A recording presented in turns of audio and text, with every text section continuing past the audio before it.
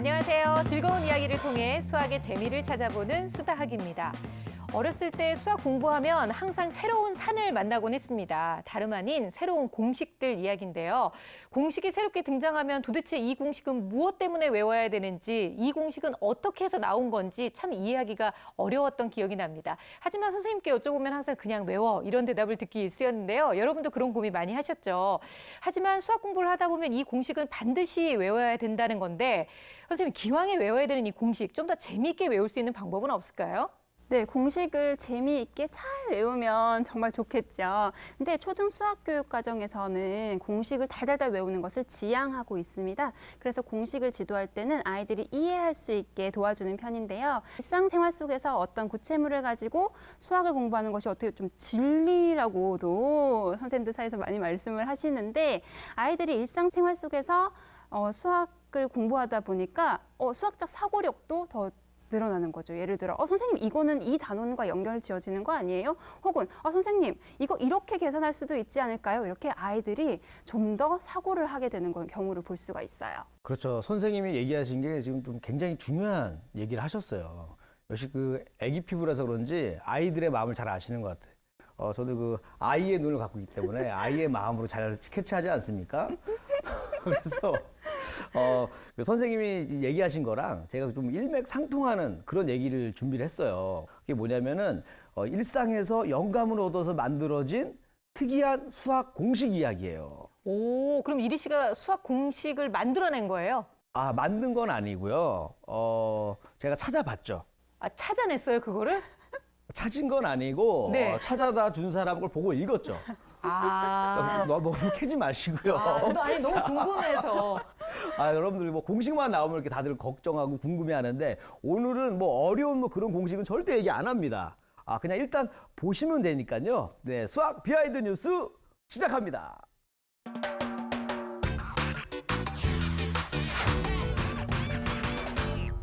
여러분, 공식이란 소리에 머리가 지끈지끈하시죠? 네, 저도 그렇습니다.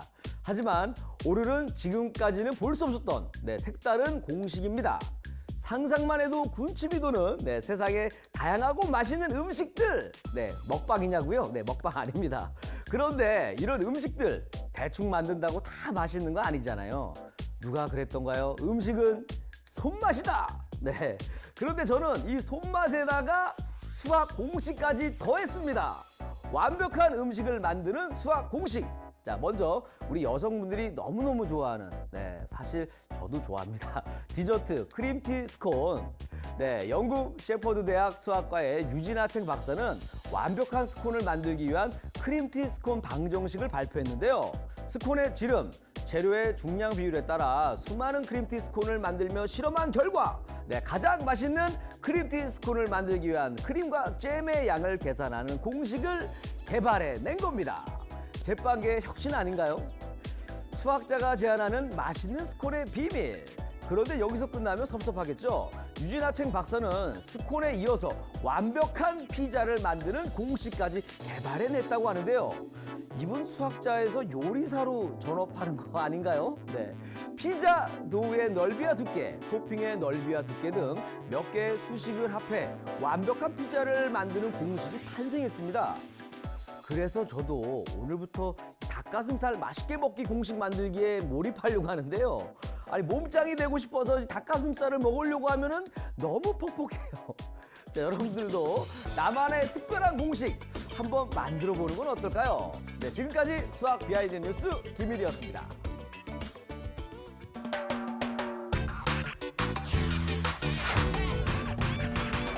네, 오늘 수학 비하인드 뉴스에서는요, 이렇게 뭔가 좀 다양한 분야에서 기발하지만 또 특이하고 또 동시에 일상생활 속에서 활용해 볼 수 있는 그런 수학 공식을 만들어내는 수학자들의 이야기를 나눠보고 있습니다. 피자 만드는 공식 역시 우리가 지난 시간에 얘기했던 이그노벨상을 수상할 만큼 좀 활용도가 높은 그런 공식이 아닐까라는 생각이 드는데요. 선생님, 이런 공식들을 만들어낸 수학자들이 굉장히 많이 있나요? 네, 이런 건 뭐 만들기 나름이겠죠. 네. 관심을 가지고 있는 분야에 대해서 어떤 수치를, 기준을 좀 정해야 되겠다 하는 생각을 가졌다면 이런 공식을 만들 수 있을 것 같습니다.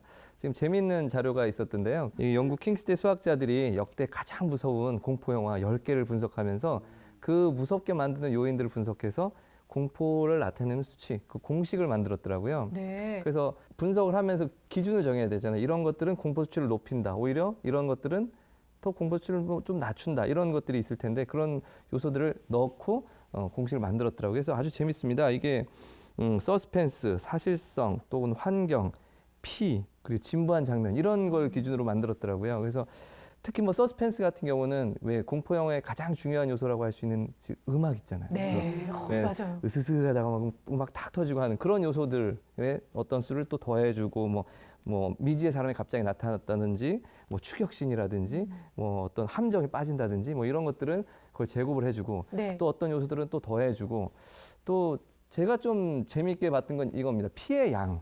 피가 나타나면 사람들은 좀 공포심을 느끼잖아요. 그런데 또 피가 너무 많으면 사람들이 오히려 공포심이 또 떨어집니다.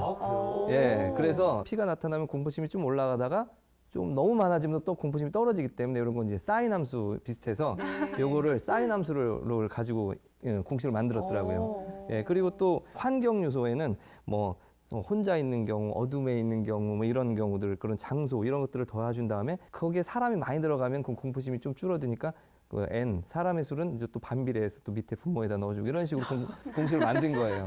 그래서 이런 것들을 다 고려해서 이런 기준을 만들어서 이런 수치들을 제공했으니까 좀 관련되신 분들 있잖아요. 뭐 감독이시라든지 네. 뭐 작가분들은 이런 수치를 참고해서 이럴 때 좀 공포가 배가 되는 거 이런 것들을 사람들이 무서워했구나 참고하시면 제작하는 데 도움이 되지 않을까 그런 생각이 듭니다. 영화보다 공식이 더 무섭네요.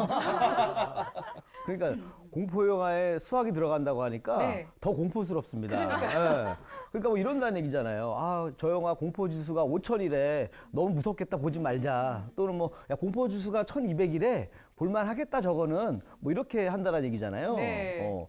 그리고 좀 이제 이해가 안 가는 게 좀 그 영국 킹스대 그 수학자면은 대단한 분들이잖아요. 그렇죠. 근데 그분들이 어떻게 보면 남들이 봤을 때는 좀 쓸데없는 거를 별것도 아닌 거를 막 그렇게 귀한 시간을 내서 막 연구했다라는 게 좀 이해가 안 가요. 수학자들이 정말 많은 것에 관심을 가지고 또 연구를 하시거든요. 세상에 쓸모없는 연구 없다. 예, 그런 거죠. 그 현대 컴퓨터 이론의 아버지라고 불리는 앨런 튜링은 그 수학자 아시죠? 네, 영화 이미테이션 게임의 주인공으로 해서 유명하신 분인데요. 이분이 동물과 관련된 좀 특별한 공식을 만들어냈다고 합니다. 줄무늬가 왜 세로 줄무늬 있는 아이들이 있고 가로 줄무늬 있는 아이들이 있고 접무늬 있는 줄무늬 그렇죠. 있잖아요. 그래서 그걸 보고는 이게 왜 이럴까? 궁금해할 만하잖아요. 그래서 이 앨런 튜링이 동물 몸속에는 털 색깔을 발현시키는 화학물질 멜라닌이 있고 또 이걸 확산시키는 확산제, 억제시키는 억제제가 있고 이 상호작용에 따라서 피부 표면에 무늬가 생기고 그래서 털무늬가 달라진다라는 거를 발견해냈고 반응 확산 방정식을 만들어서 논문으로 발표를 하신 것이죠. 근데 이거를 또 이제 영국 옥스퍼드대 수학자인 제임스 머레이가 반응 확산 방정식의 해는 태아의 크기에 따라 달라지고 그 결과 전무늬인지 줄무늬인지 나타난다고 증명을 또 했다고 합니다. 우리가 동물 관련 연구라고 하면은 생명공학자를 떠올리기 쉬운데 이렇게 수학자가 연구를 네. 해서 의미 있는 연구라고 할 수가 있겠죠. 지금 말씀 듣고 보니까 그 털 문양도 그냥 문양이 아닌 거잖아요. 그러면 점나고 막 이러는 것도 그런 거랑 관련이 방정식에 있으면 의해서 방정식을 통해서 내가 어디에 점이 생길지도 미리 알 수 있는 거 아닌가 뭐 이런 생각이 들고 정말 다양한 게 너무 많네요. 근데 조사하다 보니까요. 네. 이런 것도 있어요. 테러가 언제 일어날지 그 날짜를 예측하는 공식도 있고요. 또 투수가 공을 던지고 난 다음에 얼마나 피곤해하는지 그 피로도를 수치로 나타내는 공식도 있습니다. 다 이런 것도 다 수학자가 한 거잖아요. 네. 그러니까 이런 것도 조사했으면 좋겠어요. 어떤 거요? 제가 저보다 더 인기 많은 연예인을 만났을 때 얼마나 스트레스를 받는지 이런 걸 좀 수치로 좀 나타내서 좀 공식으로 좀 만들어줬으면 좋겠어요. 그 스트레스를 그냥 받기만 하면 뭐 하겠어요. 그걸 통해서 본인이 좀 더 잘 나가야 될 텐데. 그래야 되는데 상처만 되더라고요. 그러니까요. 그래도 연구했으면 좋겠어. 별로 도움이 안 되는 공식인 것 같고요. 선생님 또 어떤 분야에서 어떤 공식들이 있었는지도 알려주세요. 네, 옥스퍼드대와 워싱턴대 공동 연구팀이 네. 부부가 얼마나 행복하게 오래 살 것인가를 예측하는 오. 그런 공식을 개발했다고 해요. 일단 갓 결혼한 700쌍의 부부에게 네. 돈이나 사랑 등 다양한 주제가 있는 주제를 주고 약 15분간 서로 토론을 하게 하는 거예요. 그럼 토론하면서 이 사람들이 어떤 대화를 했는지 네. 그래서 긍정적인 이야기를 하면 플러스 점수를 주고 좀 부정적인 이야기를 하면 마이너스 점수를 주는 네. 거죠. 그러면 뭐 예를 들어서 뭐 상대방한테 이 멍청이 그러면은 마이너스 4점을 주고 네. 사랑해 그럼 플러스 4점을 주고 뭐 이런다는 건가요? 아, 그렇죠. 오. 네. 이렇게 점수를 낸 부분을 각각의 특성을 또 잡아서 패턴을 잡아서 그래프화 하고요. 그럼 이게 또 얼마나 잘 맞는지 네. 확인도 해야 되잖아요. 그래서 그 부부들에게 약 12년간 매년 전화를 거는 거예요. 네. 1년에 한 번 혹은 2년에 한 번씩 전화를 해서 아직도 잘 살고 있는지, 네. 이혼은 하지 않았는지 이렇게 이제 조사를 하는 겁니다. 네. 그렇게 해서 나온 결과가 상당히 놀라운데요. 어. 약 94%가 정확하게 그 예측에 맞았다고 합니다. 아, 그렇군요. 네. 근데 이거는 결혼을 하기 전에 한 번쯤 확인해보고 그리고 나서 결혼을 하는 것도 나쁘지 않겠네요. 그렇죠. 좀 저도 이게 시중에 좀 발표가 되면 네. 많은 분들이 하지 않을까 싶은데 아, 그러니까요. 백년해로 할 가능성이 높은 부분은 서로의 장점에 관심을 가졌을 때 훨씬 백년해로 할 그렇죠. 가능성이 높다는 거죠. 네. 그리고 또 이러한 부분에 대한 연구는 특이한 부분이기도 하지만 사람들에게 상당히 의미 있는 그런 연구라고도 볼 수 있습니다. 그래요. 부부간의 행복이라고 하면 사실 이거는 뭐 수학적으로 과연 이걸 공식화할 수 있는 것인가라는 생각이 들고 사실 굉장히 추상적인 개념이잖아요. 그런데도 불구하고 이렇게 수학적으로 공식화 해냈다는 것이 수학자들의 역할이 참 대단하다는 생각이 드는데요. 또 그 위에 어떤 것들 있는지 알려주세요, 선생님. 네, 이것도 좀 재미있고 또 의미도 있습니다. 포장지에 대한 연구가 있더라고요. 네. 그래서 포장지의 어떤 낭비를 막기 위해서 포장지를 어느 정도로 재단을 하는 것이 맞겠는가 아, 네. 뭐 이런 연구들이 있는데 그래서 2007년 영국 레스터대 응용수학과 이 사람이 대학원생이자 녹색운동가인 이름이 워릭 듀마입니다. 이 사람이 어떤 수학 공식을 만들었냐면 최소 면적. 그러니까 이걸 설명하려면 이 예를 좀 모델로 삼아서 네. 가로, 세로, 높이에서 A, B, C라고 한다면 이게 만들어진 게 사실은 이렇게 뒤덮어야 되고 그렇죠. 요 옆도 쌓아야 되잖아요. 네. 그러니까 요렇게 뒤덮어 있으니까 요 길이하고 요 길이의 2배가 있어야 돼요. 이렇게 덮을 때. 그렇죠. 그리고 요쪽으로 이제 덮었으니까 이쪽으로 반만 있으면 되기 때문에 요게 이제 곱하기예요. 아까 A, B, C 잡았잖아요. 네. B 플러스 C 2배에다가 곱하기 이제 A 플러스 C 이렇게 해주면 이게 나오는데 공식이 그렇게 사실은 뭐 또 제가 이렇게 설명하니까 어려운 것 같지만 굉장히 간단한 거긴 해요. 그래서 그런데 이제 이게 차원을 넘어가면 굉장히 어려운 고급 차원의 또 수학이 되긴 하지만 이제 그런 건 제외하더라도 이렇게 또 의료면에서 보듯이 뭐 환경운동가고 하니까 어떤 그런 낭비도 막고 사실 또 이게 기업의 입장에서 본다면 이걸 줄이는 건 엄청난 이득이죠. 사실 그럼요. 포장지 재료를 줄인다는 것은. 그런 측면에서 본다면 이런 연구는 분명히 의미가 있다고 봐집니다. 그래서 이것뿐만 아니라 이 소세지 모양으로 만드는 그런 원통형이 유리하냐, 뭐 이렇게 싸는 게 유리하냐 이런 연구들도 가미가 돼 있습니다. 그래서 이런 내용들은 의미도 있고 쓸모도 있고 수학적으로 연구해 볼 만한 가치도 있기 때문에 네. 단순히 어떤 수학 공식으로서의 그 재미만은 아닌 것 같아요. 그래서 의미 있게 여러분들이 좀 받아들여지고 이런 연구들이 계속 된다면 조금 더 세상도 좀 더 좋아지고 편리해지고 의미 있는 세상이 될 것 같습니다. 네. 처음에 피자 얘기를 들었을 때만 해도 사실 그냥 좀 재밌지만 엉뚱한 이런 공식인가라고 얘기를 생각을 했었거든요. 하지만 기발하면서도 일상생활에 분명히 도움이 되는 그런 공식들이라는 생각이 들어요. 아마 오늘 얘기를 들으면서 많은 학생들이 그래 수학의 뒤에는 또 수학자가 숨겨져 있고 이 수학 공식이 숨겨져 있어서 우리 생활을 이렇게 편리하게 해주는구나라는 그런 생각을 갖게 되지 않을까 싶습니다. 앞으로 수학 비하인드 뉴스는 정말로 많은 역할을 하게 될 것 같은데요, 이리 씨? 도움이 많이 됐다고 하니까 네. 굉장히 부담스럽습니다.